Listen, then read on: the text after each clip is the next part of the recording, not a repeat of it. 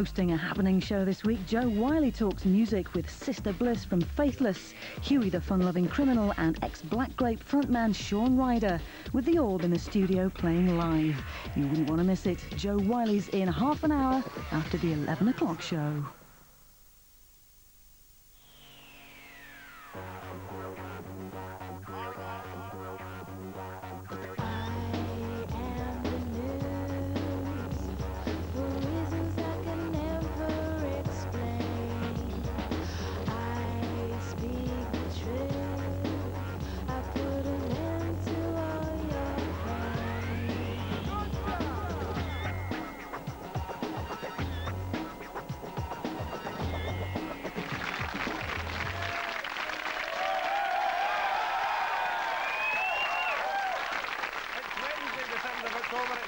And this is the 11 o'clock show. I'm Fred McCauley. And I'm still Brendan Burns, despite the voices in my head. And I'm Ian Lee. There we go, that's a lot better. Now, you may have seen BBC's Changing Rooms this evening, a phenomenally successful show based on a very simple idea, which is why, in an attempt to boost viewing figures, we've decided to fuck up a previously perfectly presentable part of our set. So what will October the 7th, 1998 contribute to history? Let's find out with our news in a minute. Tory conference refuses to be governed by Brussels. They insist that Britain's decision should still be made in Washington. After failing with Viagra, the players are convinced that Chinese herbal remedies will cure impotence. When we raise it, we always do. Britain goes bonkers for the fat camp craze. Russell Grant mishears and books a comeback tour. As Russians' food supplies dwindle, Moscow Marathon gets off to a slow start. Coming up, Ali G talks God to a bishop. But that would be a better miracle than this chair getting up and moving up and down. If everyone treated each other as brothers. Now for me... No, if this chair went up and down, that would be amazing.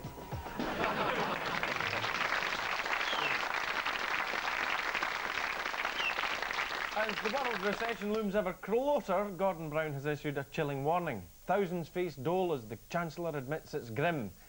Dressed in a fisherman's sweater and a cap, he apparently stormed into the Prime Minister's office and shouted, "Captain Mannering, we're all doomed!" Despite the fact that yesterday saw Britain's biggest ever leap in share prices, our economy still seems to be wearing a dog collar and gimp mask and being treated like the rest of the world's bitch. So what does all this world financial collapse really mean? Well, if we turn to today's Telegraph, it becomes crystal clear. Yep, they define the causes as follows, and I quote, "The position of the hedge funds today is analogous to that of the banks in the past.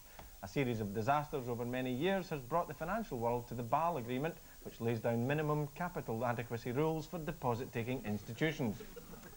Now, obviously, that makes perfect sense to us. We're very clever. But will it be understood by stupid people?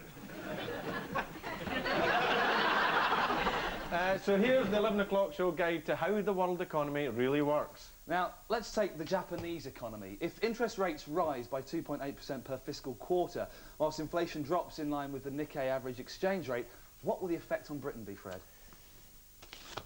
We're fucked. OK, here's a different scenario. Now, supposing the American economy performs in line with expectations, interest rates fall, inflations plummet, and the Dow Jones goes down like my sister, how will this affect our economy? We're fucked! Right, but there is hope to be had from the German economy. Interest up, inflation rising, but not too sharply, and the DAX is quite frankly all over the place. So this uncertainty obviously could have a beneficial effect for Britain.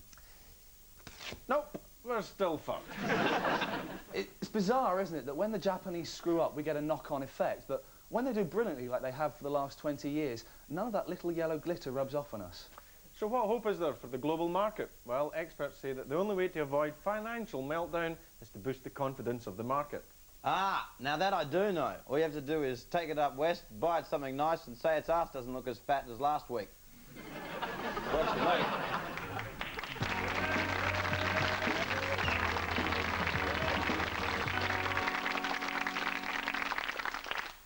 Now, according to the reports today, Cockney rhyming slang is being given a new lease of life with a host of new phrases, including Schindler's List, meaning pissed, and Claire Rayners, meaning trainers. Earlier on, I went eastward to investigate, and here I am over my shoulder. Call blimey, Struth, Governor. In addition to Jack the Ripper and Fat Pat the Butcher, the East End of London has given the world Cockney rhyming slang. According to this morning's Daily Star, that's being modernised with loads of new words and phrases. Kermit the Frog. Kermit the Frog. Log. You might do a log. Dog. Dog. You got it right the second time. Suppose I needed a Brad Pitt. A what? A Brad Pitt. Tom Tit. I mean, that Pony and Trap are crap. Yeah, that's it. Little Orphan Annie. Bend down to speak to her. Henry Ray. No, it's not Granny, but your Granny has one and would have used it when she was a bit younger. Oh, God, Fanny. The gag? I like to go to the border, chalk down the Frog and Toad, round a battle cruiser, have a butt of pig's ear, have a gold watch and a violin. But would your genuine salt of the earths notice a few I just made up? Blair's trip to China. There's truth. I'll give you a clue. It's something only that women have. What, period? Blair's trip to China.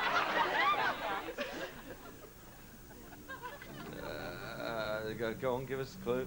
You might do it in the toilet, and if you flushed it away, that it would be a pick boater. It wouldn't be able to flush. It would be a old lady's arse. You might use it if you get on a bus. If you wanted free travel on a bus, you might have to show your old lady's arse. Pass. So in theory, they know their lingo. But what about in practice? I'm now going to go amongst them with the aid of this typical East End disguise.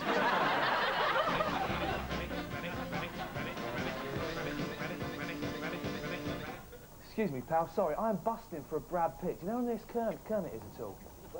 Busting for a Brad Pitt. Do you know where's the Kermit at all? Well, there was one over there, mate, but I don't know if it's open or not. Oh, I'll have a look, thanks a lot.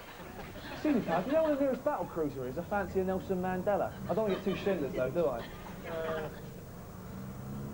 One just there. OK, lovely. Cheers. Fancy a pint? No.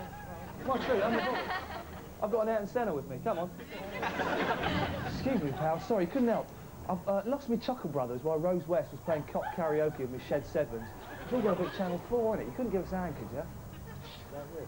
Well, I've lost my Chuckle Brothers because with Rose West was playing cop karaoke with me Shed Sevens.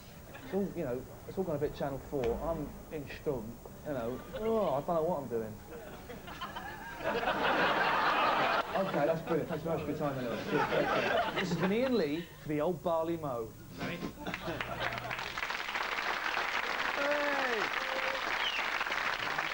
34-year-old Swiss woman Katharina Schneider today appeared in court charged with stalking Chris de Burgh after a complaint from the singer. Now, first of all, Chris should realise that emotionally fraught people following him around shouting, "Oi, de Burgh, your records are shite!" aren't in fact stalkers, they're just normal members of the public. But to be fair to the Irish crooner, this home video footage does seem to vindicate his story. Oi, de Burgh, I want my clothes back. I am sick of wearing this fucking red dress. I'm shoving the nanny and chuck my jeans down. Well, you'll get more than a little romance from me, you mullet-headed Irish twat.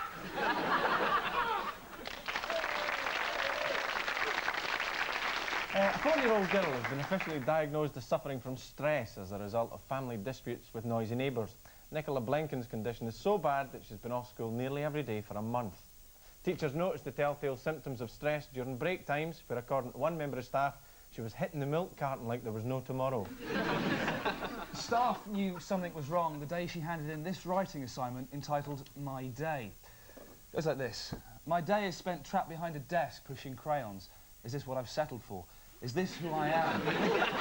The daily grind of puree breakfast, kissing dad off to work, potato prints, playgroups, skipping and bed by 6:30. I feel trapped. My alphabetic spaghetti always forms the word doom. All the stories and news round are bad. My life is empty. Only Radiohead understand me.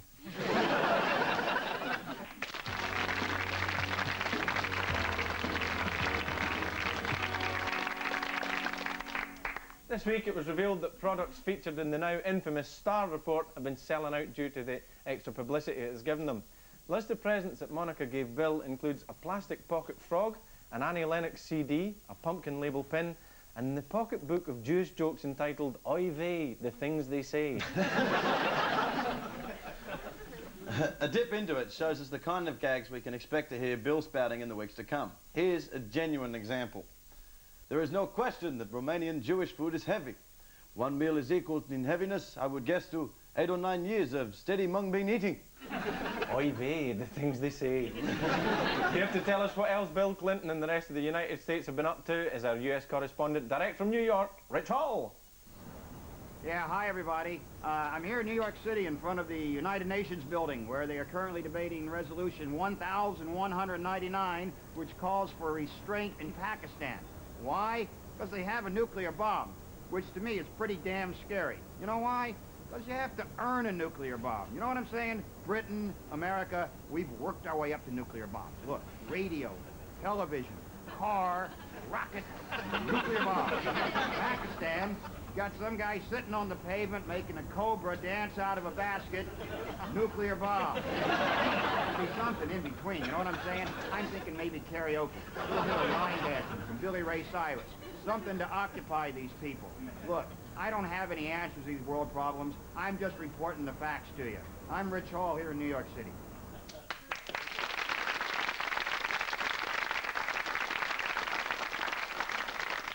Now it's time for Rough Justice. The BBC's Rough Justice programme concentrates on the plight of people arrested for murder or manslaughter. But what about the little guys who are serving shorter sentences for smaller crimes? Tonight we're campaigning for justice for two Southport men, Stephen Gothrop and Steve Bain, who are currently serving 2 years for enticing 15,000 people to give them their old socks. This is absolutely true. They had claimed that the socks were to be used to raise money for charity, but they actually wanted the socks so they could satisfy their craving for sock sex. Well, the soaring statistics for sock sex in this country speak for themselves. As we can see, in the last 10 years, reported sock sex offences has risen from none at all to an estimated 2 men.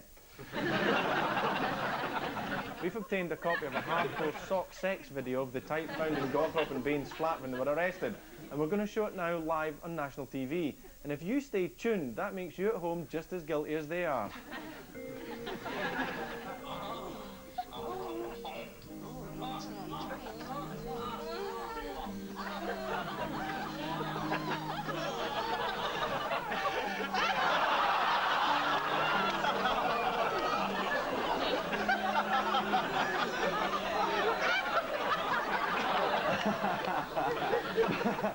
Well, we obviously advise anyone watching not to try that at home. But if you feel you have to, please take the necessary precautions. Justice for the Southport 2! Former Chancellor Ken Clarke made headlines today by describing the 80% of Tory members who voted against the single currency as a tiny band of extremists. Good to see you can still add up then. Europe is an issue that just won't go away, and neither will Wim van der Laan, our European correspondent, talking to us now live from Brussels. Here today in Brussels, the European Commission announced a new EU bill which clarifies the rules regarding European exchange programs. In future, these opportunities for cross-cultural enrichment will no longer be wasted on school children. Exchanges will now take place at the age of 35. You will be transported for 29 hours in a coach to Stuttgart to meet your exchange partner, a small spotty guy who plays computer games in his room all day and still lives with his mother. Meanwhile, your best mate will exchange with a big busty blonde. Upon your return, you will receive indecipherable correspondence from your partner, who will eventually stop writing to you 3 years after you have died. Is that true, Vim? No, I've been poking with you. Then why are you doing this? Because we are Europeans and we hate you British.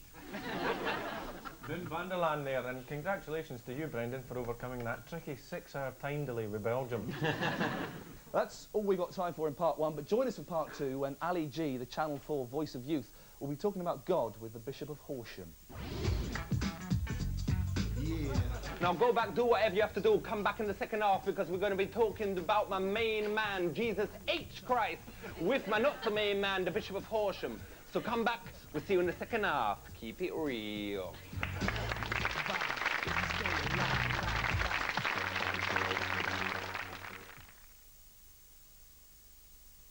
You're tuned to Ray on Reef Radio. Wishing farewell to my good buddy Franco, who's been lured away to the big city for a measly 100% pay raise.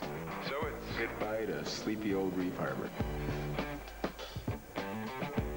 No more days at the races. No more nights on the town. You're gonna miss popping out for seafood. And I know you'll miss the way they serve Bacardi around here. But if you gotta go.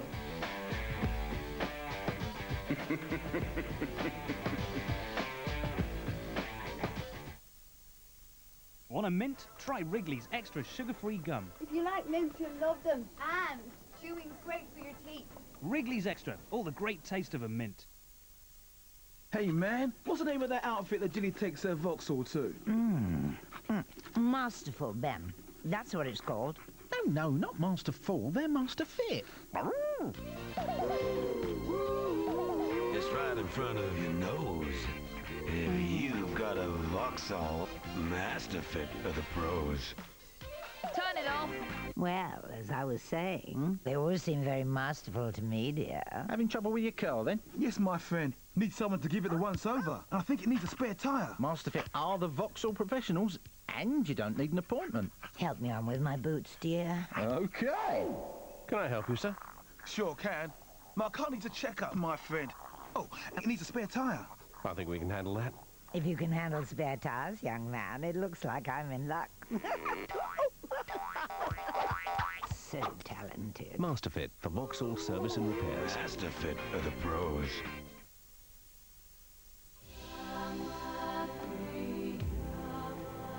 In the Financial Advisor Service Awards, it was Cheltenham and Gloucester who, in the face of stiff competition, snatched the award for Best Customer Service.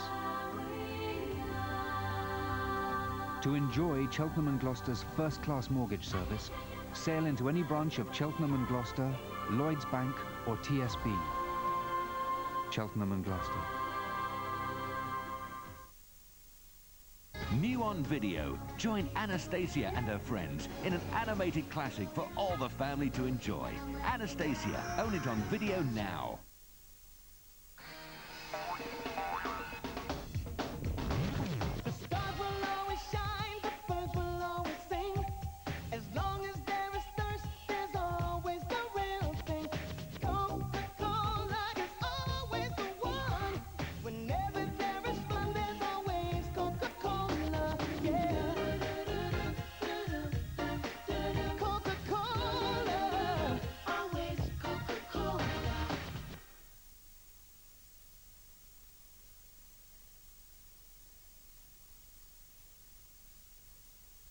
Read all about it. Eating chips can make you gay. It's official. Eating chips makes you gay.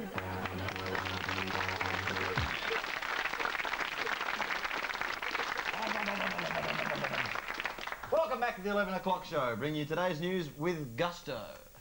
Yesterday, the Advertising Standards Authority decreed that churches have to prove that miracles happen before they can advertise them in front of the churches. So we sent Ali G, the official channel for Voice of Youth, to ask His Grace, the Bishop of Horsham, what exactly is God? Yeah, don't stop. It goes out to the crew up top. That's it. So, what does God look like? Okay. Well, I think the best way I can say that is he is sort of Jesus-shaped. When you look So at he's got Jesus, a beard. No, that's not what I mean. I'm talking about what's inside. It's not that he's got a beard. It's the sort of person Jesus was. Okay. Is he a man or is he a woman? Well, he's neither a man nor a woman. He's Is God. he a like God. ladybug? He is a beard. So what has God ever done? Well, he made the world. Okay. He created. He made the world? Okay, of course. Did he? Well, I can only tell you what I believe, man. I mean, I can't prove it to you. It's faith. So you're saying God made the world? That's what I believe, yeah. And since then he's just chilled? So what about then the Virgin Mary? Was she really a virgin? I believe that Mary was a virgin, yeah. She found that she was pregnant. And she asked the question, how can this be? I mean, I'm not surprised she said, how can this be? But we know girls that also say, me find me pregnant. They find me pregnant, you know, what happened? And, you know, the mother will ever say, listen, girl, You know, you've been mucking around. Well, maybe you was drunk, maybe something happened. Okay, well... But don't lie to me. So, do you do miracles? Well, if I have, they would always have to be in the name of the Lord. Aye. Lindsay Irwin, that's my name. I can't do miracles. God does miracles. So can you do a miracle now? Well, it depends what you mean. What do you mean? I mean, a miracle. What like I would not do, what I would not do is test God. You know, one of the things the Bible says is, don't test God. Aye. Don't say, hey, that chair could lift up in the air to test God. But can you do that? No, I can't. It would be a miracle if everybody treated each other like brothers, wouldn't it? Respect, though some brothers fight. I know they do. But that would be a better miracle than this chair getting up and moving up and down. If everyone treated each other as brothers. Now for me... No, if this chair went up and down, that would be amazing. But why did Jesus commit suicide then? He didn't commit suicide. He didn't commit suicide. He didn't commit suicide. He didn't. He was crucified. That's where they killed people in those days. Why did they kill him? Why did they kill him?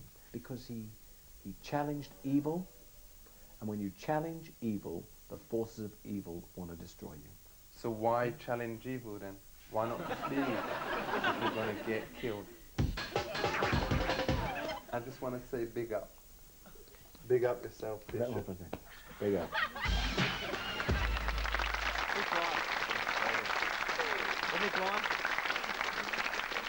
So just what has the advertising authority demanded from the church? Well, according to today's Times, miracles like the ones advertised outside churches will now have to be backed up by rigorous scientific evidence if they're going to be used for propaganda purposes. Key Christian catchphrases are now going to have to be rephrased to meet advertising trading standards. The slogan, Christ saves, is now going to have to be rephrased as ancient Palestinian bloke can make you feel quite good inside. Jesus loves me is going to become I am very lonely indeed. If you're wearing a sandwich board that has the end of the world is nigh on it, you'll have to change it to I am mad. I believe in God now, but I'm not far from murder. Crime news, and this week one of the most notorious female figures from British criminal history was in the papers again, trying her best to come across as a normal, reformed character. Tracy Andrews began her appeal against her conviction for killing her fiancé Lee Harvey, who was stabbed to death following an apparent road rage confrontation. Now, Tracy shocked the nation when, in her supposed time of grief, all she could do was attack the plotline of the Burt Reynolds classic Smokey and the Bandit. It's the most stupid, vile thing that can come out of just a car chase. The GQ Man of the Year awards were held last night in London's glitzy West End in a celebration of the country's most stylish, witty and charismatic men. Category winners included David Beckham and Michael Caine. Our very own it girl, Pandora Box Granger, was there reporting from the front line. Ah! It's raining men, Harry Krishna, it's raining men. Tonight here at the Café de Paris, the Gook Magazine Awards are being held for Man of the Year, which means I am going to be drenched by the scrummiest men humped full of testosterone. I just hope I don't get any on my dress. Gosh, it's Tamara. She looks quite good for an athlete person. Oh, is that girl from EastEnders? Phil Collins and Jason Donovan.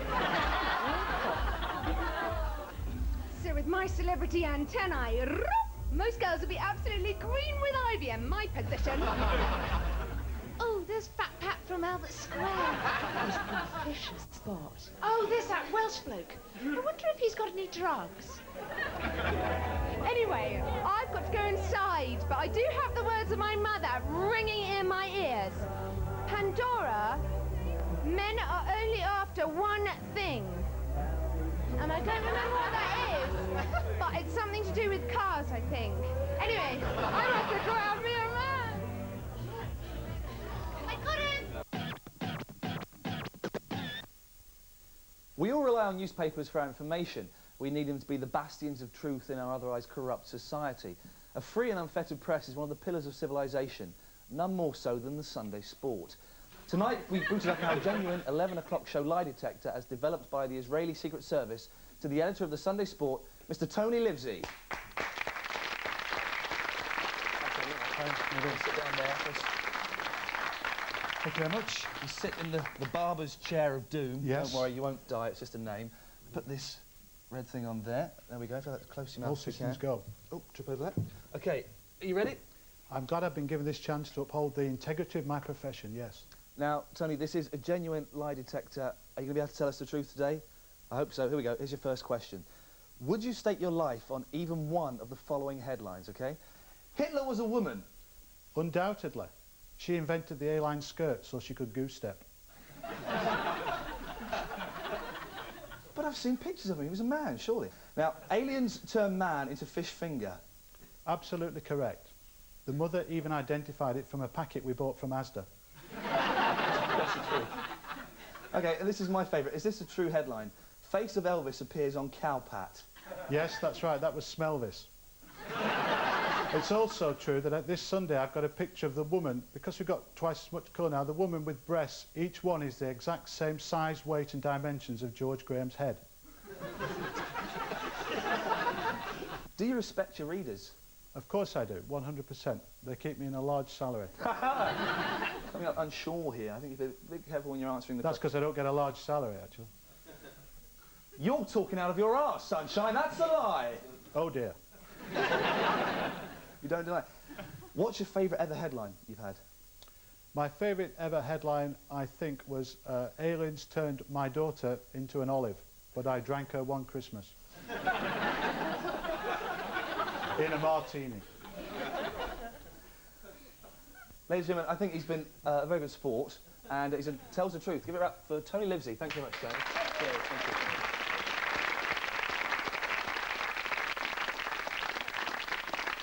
Oh, well, that's all we've got time for. Sorry, but there's something not quite right with the ambience here. Oh, yeah, I think I've got it. Good night. Good night.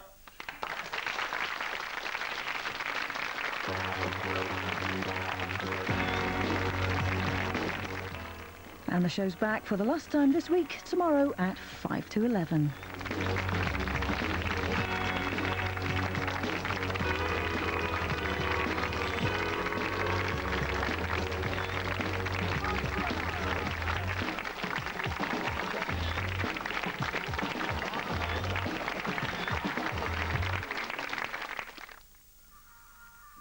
Yes. Oh, yes. Yes. Yes, sir. Oh, sorry. I've just been reading that Rory Bremner is back on Channel 4 on Sundays, starting real soon. No, don't stop. Sean Ryder, fun-loving criminal Huey and Sister Bliss are up next on 4, making happy talk on The Joe Wiley Show.